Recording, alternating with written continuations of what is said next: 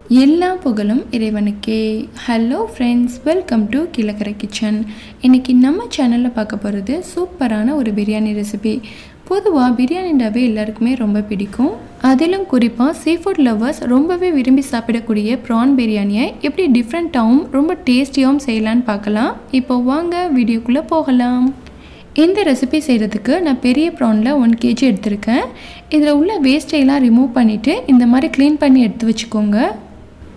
First நம்ம ப்ரானை marinate பண்ணிக்கிடலாம். இதுக்கு 2 teaspoon Kashmiri chilli powder, தேவையான அளவு salt, 1/2 teaspoon garam masala powder, 1 teaspoon இஞ்சி பூண்டு பேஸ்ட், இது எல்லாத்தையும் சேர்த்துட்டு இதை நல்லா மிக்ஸ் பண்ணி விட்டுக்கோங்க.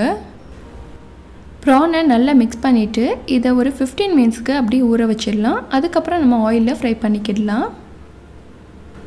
அடுத்ததான் பிரியாணி செய்ய போகிற அதே பாட்லேயே நான் ப்ரானை ஃப்ரை பண்ணிக்கிறேன். ஸோ இந்த பாட்டில் நான் 100 ml ஆயில் சேர்த்துக்கிறேன். ஆயில் ஹீட் ஆனதும் இதில் நம்ம மேரினேட் பண்ணி வச்ச ப்ரானை சேர்த்துக்கிடலாம். இதை நம்ம மேரினேட் பண்ணி கிட்டத்தட்ட 15 மினிட்ஸ் ஆகிடுச்சு. இப்போ இந்த ப்ரானை ஆயிலில் சேர்த்து ஃப்ரை பண்ணிக்கிடலாம். நம்ம சின்ன சைஸ் ப்ரானை சூஸ் பண்ணோன்னா இது ஆயிலில் ஃப்ரை ஆனதுக்கப்புறம் ரொம்பவே குட்டி ஆகிடும். ஸோ நம்ம பெரிய சைஸ் ப்ரானை சூஸ் பண்ணால் தான் இது பிரியாணியில் தனியாக தெரியும், நம்ம எடுத்து சாப்பிட்றதுக்கு ஈஸியாக இருக்கும். நம்ம யூஸ்வலாக பிரியாணி செய்யும்போது ப்ரானை ஃப்ரை பண்ணாமல் தான் சேர்ப்போம். பட் அது சாப்பிடும்போது லைட்டாக கவுச்சி ஸ்மெல் அடிக்கிற மாதிரி இருக்கும். ஆனால் இந்த மாதிரி ஃப்ரை பண்ணி நம்ம பிரியாணியில் சேர்க்கும்போது அது சாப்பிட்றதுக்கு ரொம்ப ரொம்ப டேஸ்டியாக இருக்கும். இப்போது ப்ரான் 2 சைடுமே நல்லா பொரிஞ்சிருச்சு. இதை ஆயிலேருந்து எடுத்துகிட்டு நம்ம ஒரு பிளேட்டுக்கு மாற்றிக்கிடலாம்.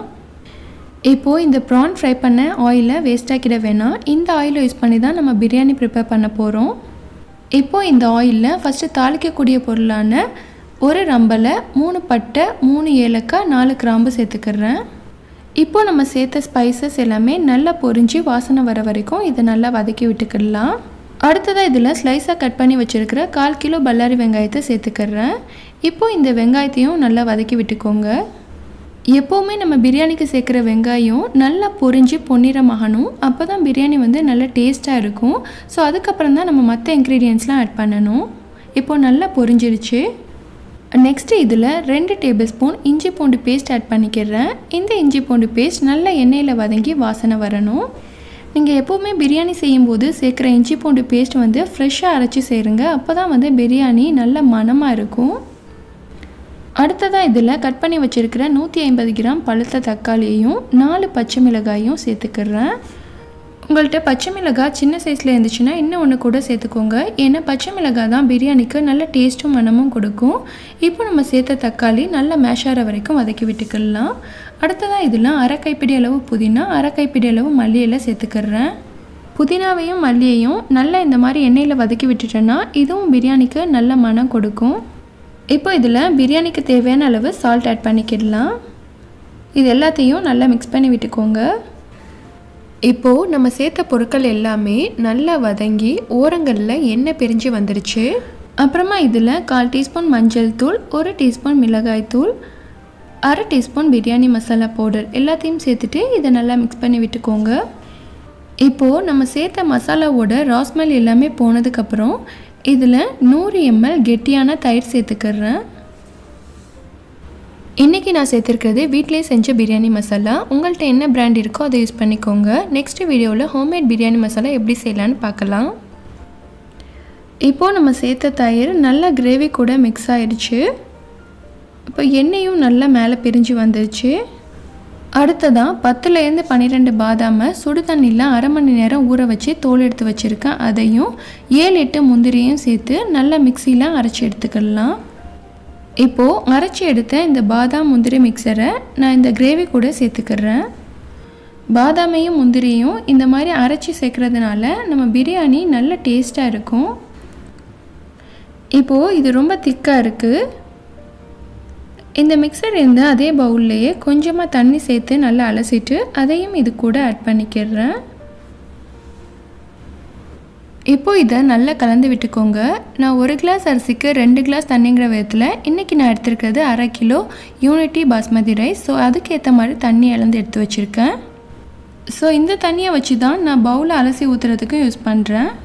இப்போது இதில் கொஞ்சம் தண்ணி சேர்த்துக்கிறேன். இந்த பிரியாணி இன்னும் நல்லா டேஸ்ட்டாக இருக்கிறதுக்காக வேண்டி இதில் 1/2 மூடி தேங்காயை அரைச்சி திக்கான பாலை எடுத்து வச்சுருக்கேன். அதை இதில் சேர்த்துக்கிறேன். இதில் தேங்காய் பாலும் சேர்றதுனால நான் தண்ணியோட அளவை கம்மி பண்ணிவிட்டு அதை பேலன்ஸ் பண்ணுறதுக்காக வேண்டி தேங்காய் பால் சேர்த்துருக்கேன். இப்போது இன்னும் கொஞ்சம் மீதி இருந்த தண்ணியை இந்த தேங்காய் பால் இந்த பவுலில் அலசிட்டு அதையும் இதில் சேர்த்துடுறேன். இப்போது தேங்காய் பாலும் தண்ணியும் சேர்த்து 1 பங்கு அரிசிக்கு 2 பங்கு தண்ணிங்கிற விதத்தில் ஆட் பண்ணியாச்சு. நெக்ஸ்ட்டு நான் அரை மணி நேரம் ஊற வச்சு எடுத்து வச்சுருக்க யூனிட்டி பாஸ்மதி ரைஸை ஆட் பண்ணிக்கிறேன். இந்த அரிசி நல்லா நீட்டமாக இருக்கிறதுனால பிரியாணிக்கு ரொம்ப சூப்பராக இருக்கும். அரிசி சேர்த்ததுக்கப்புறம் ஒரு தடவை நல்லா கலந்து விட்டுக்கோங்க. அப்புறம் பாதி எலுமிச்சம்பழத்தை பிழிஞ்சு சாறு எடுத்து வச்சுருக்கேன், அதையும் இதில் சேர்த்துக்கிறேன். இப்போது இதை நல்லா கொதிக்க வச்சுக்கிடலாம். தண்ணி பாதியாக குறைஞ்சதுக்கப்புறம் இதில் நம்ம மூடி போட்டுக்கிடலாம். இந்த பிரியாணியில் தேங்காய் பால் சேர்க்குறதுனால இது நல்ல டேஸ்ட்டாக இருக்கும். இப்போ உப்பு போதுமானு செக் பண்ணிக்கோங்க. இப்போ தண்ணி பாதியாக குறைஞ்சிருச்சு. அடுத்ததாக இதில் நம்ம மூடி போட்டுக்கிடலாம்.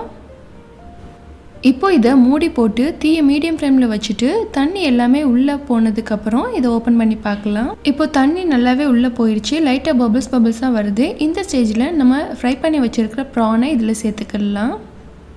ப்ரானை ரைஸுக்கு மேலே அசம்பிள் பண்ணதுக்கப்புறம் இதில் சின்னதாக கட் பண்ணி வச்சுருக்கிற புதினா மல்லி இலைகளை தூவிக்கிறேன். நம்ம பிரியாணி ப்ரிப்பேர் பண்ணுறதுக்கு கீ யூஸ் பண்ணல, ஆயிலில் தான் ப்ரிப்பேர் பண்ணியிருக்கோம். ஸோ ஃபைனலாக இதுக்கு மேலே 2 டீஸ்பூன் கீ ஆட் பண்ணிக்கிறேன். இப்போது இதை மூடி போட்டு 5 மினிட்ஸ்க்கு தீயை லோ ஃப்ளேமில் வச்சுட்டு ஸ்டவ் ஆஃப் பண்ணிடலாம்.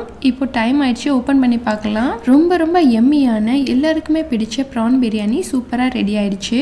இப்போது இதை ஒரு கரண்டியை வச்சு நல்லா எல்லா பக்கமும் கிளறி விட்டுட்டு சர்வ் பண்ணிடலாம். கண்டிப்பாக இன்றைக்கி நீங்கள் பார்த்த இந்த ரெசிபி உங்கள் எல்லாருக்குமே ரொம்பவே பிடிச்சிருக்குன்னு நினைக்கிறேன். வீடியோ பிடிச்சிருந்தா please like, comment, share and subscribe my channel. Thank you.